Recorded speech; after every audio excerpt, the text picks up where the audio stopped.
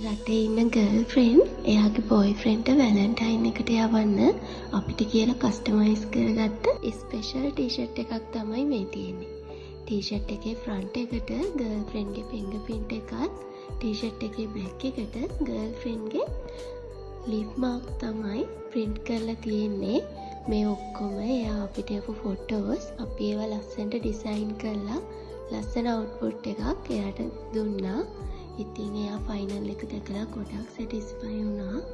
ආදරේ වෙනුවෙන් හැමදාම එකම විදියට ඇගි වෙනුවට මෙන්න මේ වගේ වෙනස් දෙයක් කළොත් ඔයාගේ ආදරෙත් අලුත් වෙනවා. ඒ වගේම ආදරේට ලස්සන වටිනාකමකුත් එකතු වෙනවා.